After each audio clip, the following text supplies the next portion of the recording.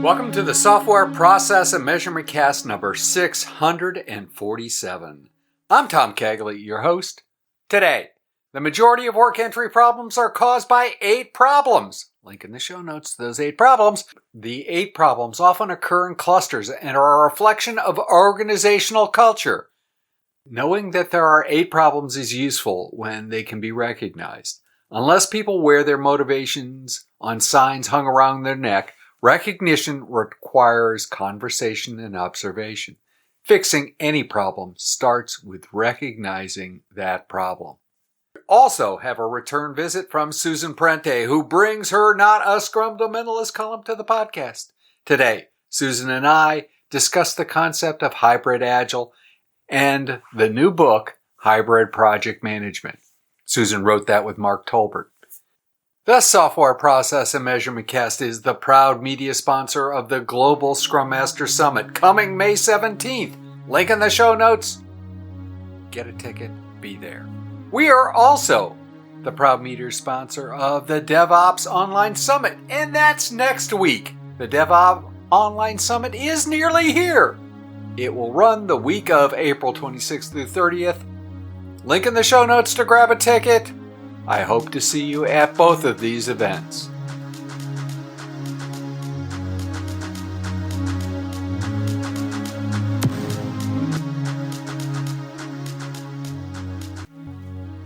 Susan Prente, I am not a Scrum-Fundamentalist. Welcome. Thank you for bringing your great column to the Software Process and Measurement Cast. How's it going? Good. It sounded like from that intro you were joining the club and saying you're not a Scrum-Fundamentalist. Well, I have never been a Scrum-Fundamentalist. I like to think of myself as someone who's interested in what works. And I'll be happy to try anything twice, because once is always an accident, and you can't tell whether or not it's going to work if you just do it once. It's like, oh, it worked. Well, context does count, so I'm willing to try anything twice. Well, okay, most anything. Well, good. So yes, not a Scrum-Fundamentalist means that I just don't think Scrum is the easy button and we use it for everything and we don't think about anything else. I think there's a lot of different Agile methods, and there's also maybe an opportunity to use a little bit from traditional and use a little bit from Agile and mix those together. That's often a good solution for some organizations and some environments. So I think that may be one of the contributing factors to a book that you and Mark Tolbert recently published called Hybrid Project Management. Before we get into other weighty topics in the next few columns, why don't you take us back through the book? I know you and Mark appeared on the podcast, about a year ago while you were still writing it. But hey, it's out now and people ought to buy it. What's it been like since you published the book? What have you learned since you published the book? Really good questions. Always good questions, Tom. So the book is called Hybrid Project Management: Using Agile with Traditional PM Methodologies to Succeed on Modern Projects. I know it's a bit of a mouthful, but we wanted to be clear what we meant by hybrid project management. So first of all, some people think of hybrid as being Hybrid-Agile as being a mixture of 2 Agile methods. That is a definition that's sometimes used. That's not the definition we're using. We're using another definition of hybrid, which is where we combine aspects of traditional project management with an Agile approach. And we want to do so carefully. But your question, so this book came out in October. So we basically started sharing with people that it came out and sharing it with our colleagues, et cetera. And so that's been a big effort. I teach a course on Agile project management. I incorporated it into that course that I teach at University of Virginia, and the university welcomed that because it actually helped in certain chapters or I guess modules or weeks of the course where we actually talk about hybrids. I was like, oh, this is great because now I have some material to share with my students. So the biggest thing we've been doing since then, other than sharing with people that we wrote this book, is actually developing a course. So we actually delivered at the end of December our first version of the course. And what's interesting about it is the more you share things conceptually, the more they grow. I mean, it's one of the reasons that you and I talk. I mean, we do it for this podcast, but we actually grow ourselves when we're doing this. And Mark and I have continued to talk about hybrid project management, how it works, when it works, how people can use it. By teaching this course, Mark and I ended up thinking about new things and things we wanted to add to the book. And so Mark's actually now on to like, what's going to be our second edition of the book? And I was like, hold on, Mark, let's teach it a little bit more. And so our recent conversation was to actually teach another course with a different client and get some feedback from them, and then use this feedback to actually come out with either a new book or another edition of the book. So what is one of the things that you've learned that you would add in the second edition?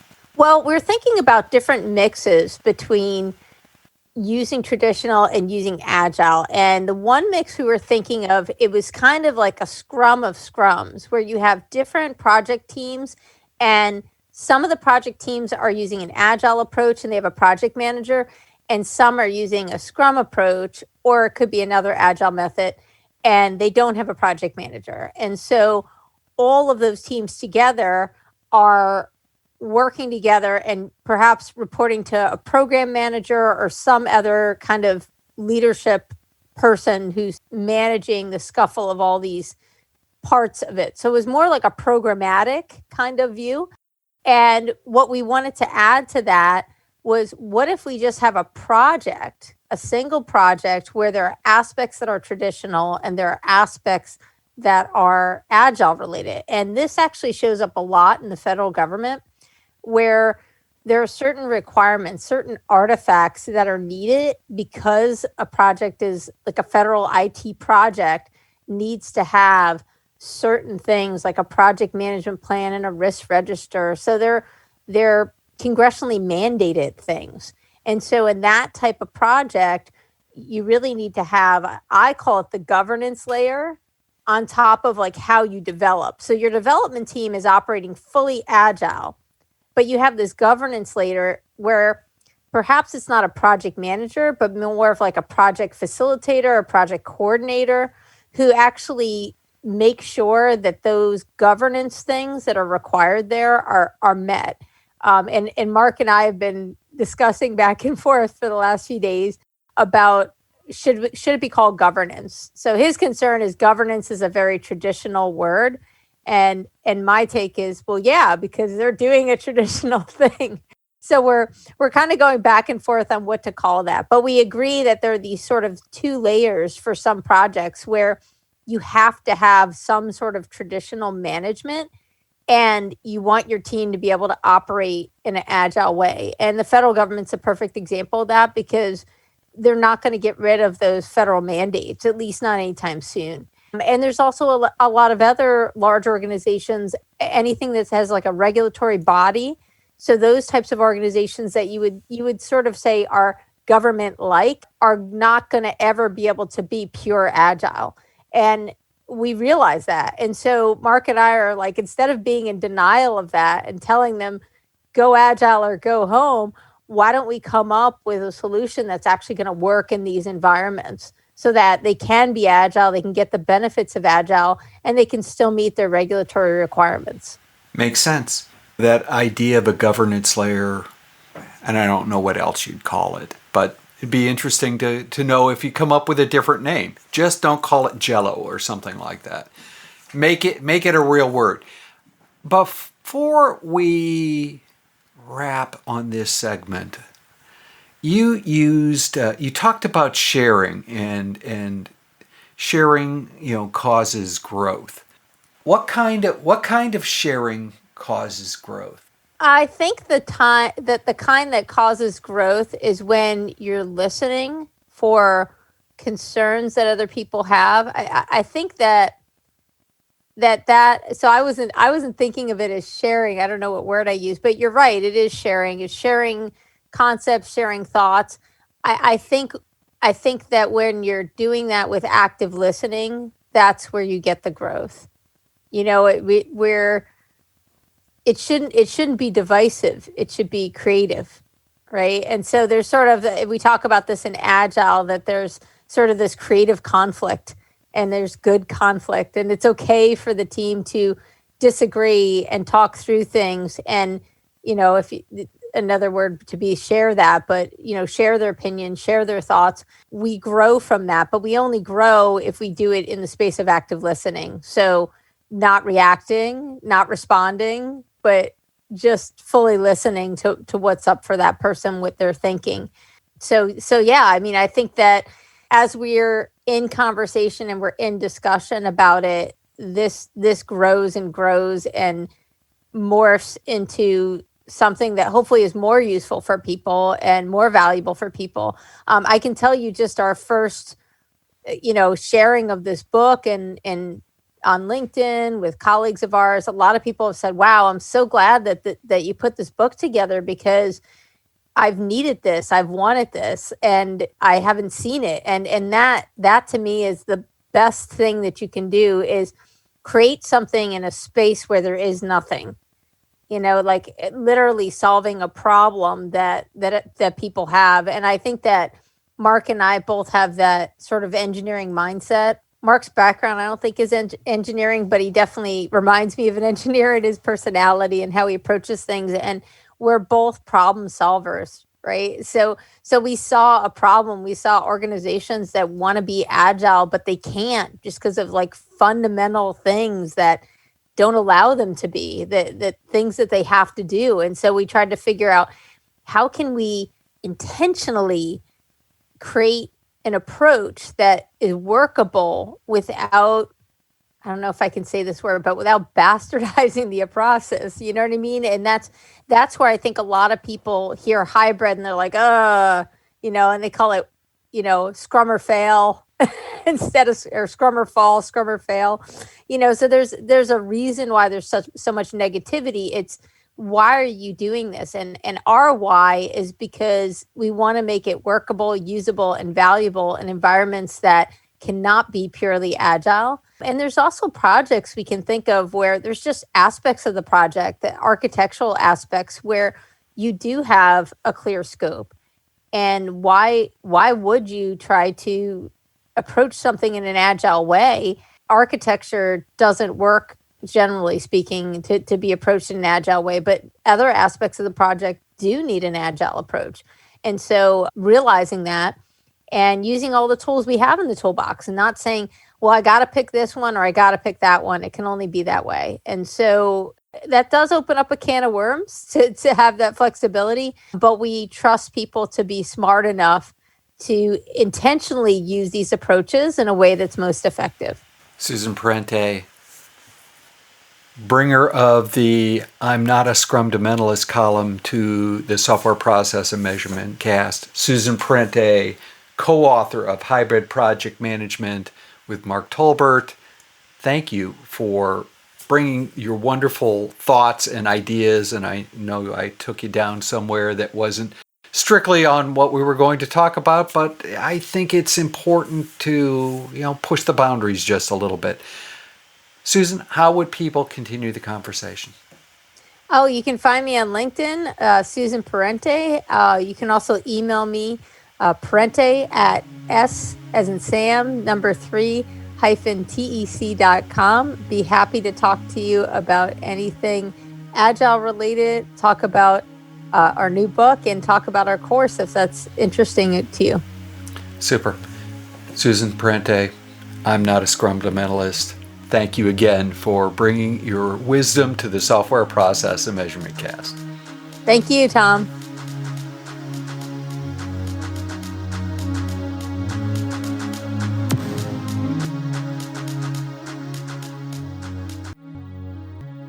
Diagnosing the 8 Top Work Entry Problems by Thomas M. Cagley Jr., Megan E. Cagley. The majority of work entry problems are caused by 8 distinct problems. There's a link in the show notes to those 8 problems. We'll actually hit the names of them here, but in depth, there's another blog entry and actually another podcast on that. The 8 problems often occur in clusters and are a reflection of organizational culture. Knowing that there are 8 problems is useful when they can be recognized. Unless people wear their motivation on signs hung around their necks, recognition requires conversation and observation. Hints for recognizing the top 8 work entry problems are: 1. Difference in goals. The goals of people, teams, and organizations have a huge impact on their behavior. Identifying differences or potential differences in goals is one of the missions of all leaders. Areas to evaluate include: do team members or organizations value different time horizons? Are there different perspectives on what market the product is serving? When goal conflict occurs, is there an incentive to compromise or adopt a middle ground? Is there trust between team members or teams? Are disagreements and arguments about approaches common? 2. Need outstrips supply. Recognized or unrecognized supply/need mismatches are easy to diagnose. This is a measurement problem unless you're allergic to measurement. Is the amount of work being added to the backlog more or less than the work that is being delivered? Do people complain more, or at least more loudly, about the ability to deliver value in a timely manner? Number 3, pay practices.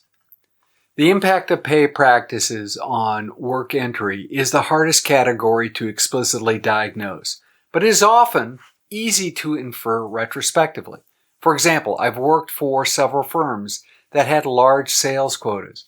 Early in the last quarter of the year, the pressure to slip into enhancements and tweaks went up as salespeople tried to make sales. Indicators include: is there an overfocus on short-term requirements? Are mid- or long-term technical architecture needs being addressed in a timely manner? When you ask about pay practices, are there significant short-term bonuses? Asking directly about how people are paid is often pretty darn difficult. That one tends to be hidden. 4. Product versus project. A project perspective is easily diagnosed based on the vocabulary people use and funding approaches used for work. Do people call work projects? Is work driven from a fixed requirements document or a fixed backlog? Are individual initiatives funded versus product funded? 5. The urgency importance dichotomy. No criteria for prioritization or teams that jump when someone raises their voice, or reflections of teams that react to the urgent at the expense of what is important. Are there criteria for prioritizing work? Are standard criteria for prioritizing work used consistently? 6. Classes of service. Diagnosing whether classes of service exist is usually as simple as looking at the program board. Less explicit implications of class of service approach are harder to diagnose. Does the team or product board have identified classes of service? Is work being accepted into an iteration or flow from outside of normal planning practices that cause other work to be delayed? Do team members or stakeholders ask for work to be expedited? 7. Control. Micromanagement or command and control approaches can be exhibited by leaders of all types. The long-term use of these approaches have deleterious effects on teams and team members. What do the interactions between leaders, stakeholders, and team members say about the leadership tactics being used? Are people or teams told what to do consistently? Is there only one leader in all situations? Finally, 8. Yes. Diagnosing yes-itis requires listening to the transactions occurring at work entry interface, wherever that's occurring. Is the only answer that the team will get right on it, or other variations of the word yes? Does saying work will be placed on the backlog guarantee that it will be done? And how soon does it guarantee happen? Diagnosing any of the 8 work entry problems requires patient observation, along with conversation. Even the best work entry process will have a few occasional hiccups. A Pareto analysis, that's that 80-20 rule thing, is useful for determining whether a work entry problem exists and to help expose the root cause. Use the indicators as a tool to help find areas to review and then observe work in action. Thoughts, comments, all welcome. Please feel free to reach out to us at spamcastinfo@gmail.com or leave a message at 01440-668-5717. We look forward to the conversation.